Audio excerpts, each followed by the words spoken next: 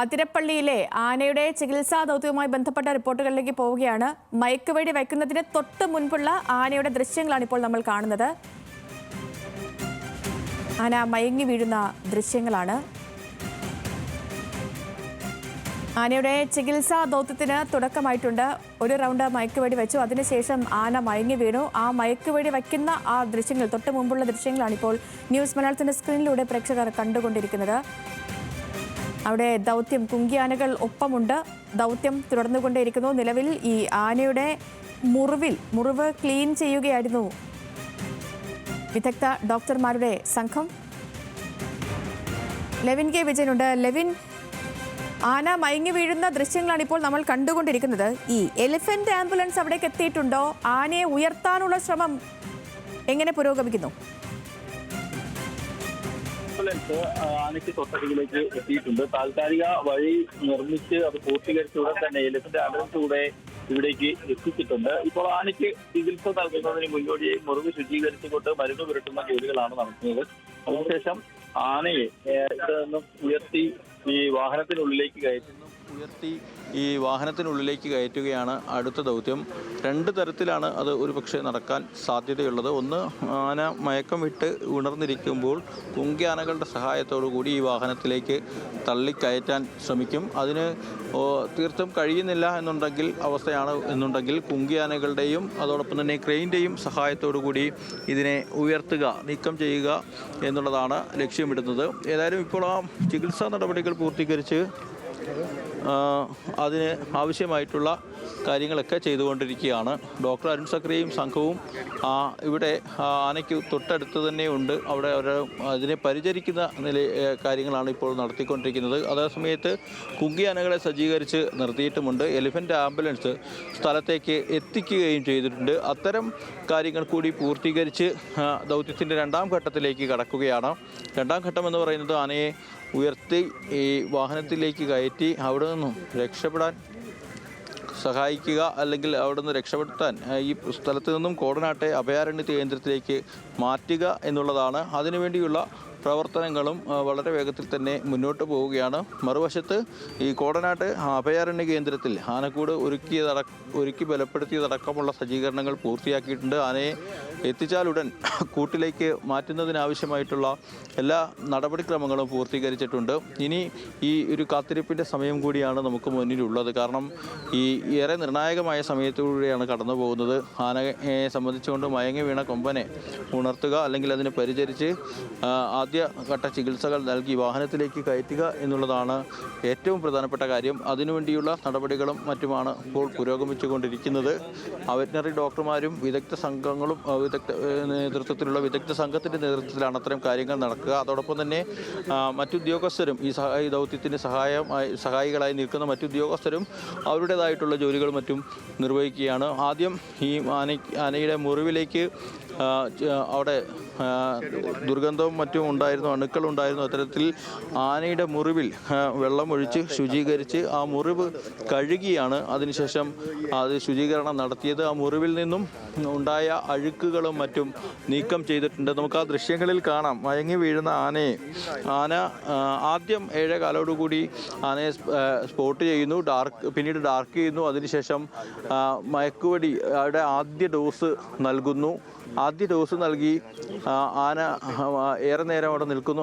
ഏതെങ്കിലും തരത്തിലൊരു അപകടം അതിന് സംഭവിച്ചതായി മനസ്സിലാക്കിയ കൂടെ ഉണ്ടായിരുന്ന മറ്റൊരു കൊമ്പൻ അതിൻ്റെ ആരോഗ്യാവസ്ഥയ്ക്ക് ചെറിയ മാറ്റമുണ്ടായപ്പോൾ അതിനെ ശ്രദ്ധിക്കുന്നതും മറ്റും നമുക്ക് ആ ദൃശ്യങ്ങളിൽ കാണാൻ കഴിയും. അതിനെ ശ്രദ്ധിച്ച് കാട്ടിലേക്ക്, ഈ ജനവാസമുള്ള മേഖലയിൽ നിന്നും കാട്ടിലേക്ക് മടക്കി കൊണ്ടുപോകാൻ അതിനെ ശ്രമിക്കുന്നതും ആ ദൃശ്യങ്ങളിൽ നമുക്ക് കാണാം.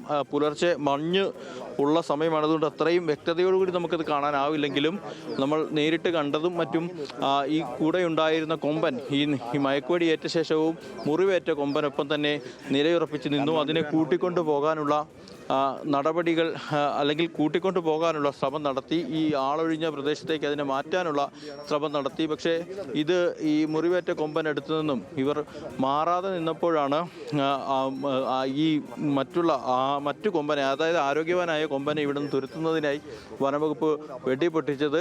അതിനായി പ്രത്യേക എയർഗൺ ഉപയോഗിച്ചുകൊണ്ട് വെടിവെക്കുകയും ചെയ്തു. അതോടൊപ്പം ശബ്ദമുണ്ടാക്കിയാണ് ഈ ആനയെ നീക്കി. അതോടൊപ്പം തന്നെ ഈ പരിക്കില്ലാത്ത ആനയ്ക്കൊപ്പം മുറിവേറ്റ കൊമ്പനൊപ്പം ഉണ്ടായിരുന്ന പരിക്കില്ലാത്ത ആനയ്ക്ക് റബ്ബർ ബുള്ളറ്റ് വെച്ച് ഒരു തവണ ഷൂട്ട് ചെയ്യുകയും ചെയ്തു. പെട്ടെന്ന് വെടിപൊട്ടുകയും കൂടി ചെയ്തപ്പോഴാണ് ഈ ആന അവിടെ നിന്നും ഈ മുറിവേറ്റ കൊമ്പനെ ഉപേക്ഷിച്ച് കാട്ടിലേക്ക് കയറി രക്ഷപ്പെട്ടത്. അത് ഏത് ആനയാണെന്ന് നമുക്ക് തിരിച്ചറിയാൻ കഴിഞ്ഞിട്ടില്ല. പക്ഷേ ഇവിടെ പ്രദേശവാസികളടക്കം പറയുന്നത് അത് ഏഴാറ്റുമുഖം ഗണപതി എന്നുള്ള പേരിൽ ഇവിടെ പ്രശസ്തനായ ഒരു കാട്ടുകൊമ്പനാണ്.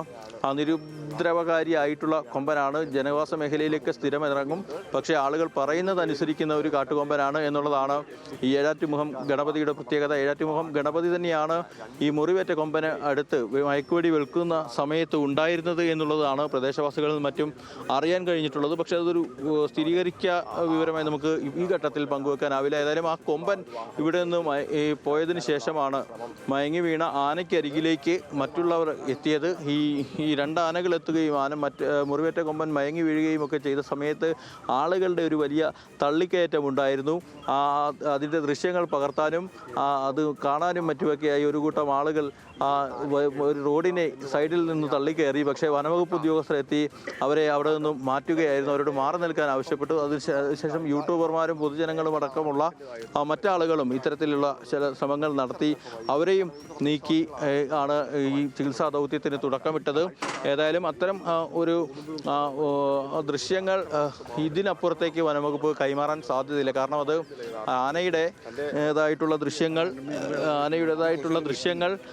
അത്തരത്തിലുള്ള ഒരു ആനിമൽ ക്രൂവൽറ്റിയുടെ ഭാഗമായതുകൊണ്ട് തന്നെ അത്തരം ദൃശ്യങ്ങൾ കൂടുതലൊന്നും കൈമാറാൻ സാധിക്കില്ല എന്ന് തന്നെയാണ് വനവകുപ്പ് ഉദ്യോഗസ്ഥരുടെ ഭാഗത്ത് നമുക്ക് ലഭിക്കുന്ന വിവരം. ഏതായാലും ഇപ്പോൾ മുറിവേറ്റ് വീണ കൊമ്പൻ്റെ മസ്തകത്തിലെ മുറിവിൽ വെള്ളം ഒഴിച്ച് അത് കൂടുതൽ ശുചീകരിക്കുകയും ആനയ്ക്ക് ക്ഷീണമുണ്ടാകാതിരിക്കാൻ അല്ലെങ്കിൽ മറ്റ് ആരോഗ്യ പ്രശ്നങ്ങൾ ഉണ്ടാകാതിരിക്കാൻ അതിൻ്റെ ശരീരം തണുപ്പിക്കുകയും ചെയ്യുന്ന ജോലികളാണ് ഇപ്പോൾ നടന്നുകൊണ്ടിരിക്കുന്നത്. ദൗത്യസേനാംഗങ്ങളടക്കം ആ ദൗത്യത്തിൻ്റെ ഭാഗമായിരുന്നത് കൊണ്ട് തന്നെ അവർ പ്രത്യേകമായി അതിനുവേണ്ടിയുള്ള ക്രമീകരണങ്ങളും ഒരുക്കിയിരുന്നു.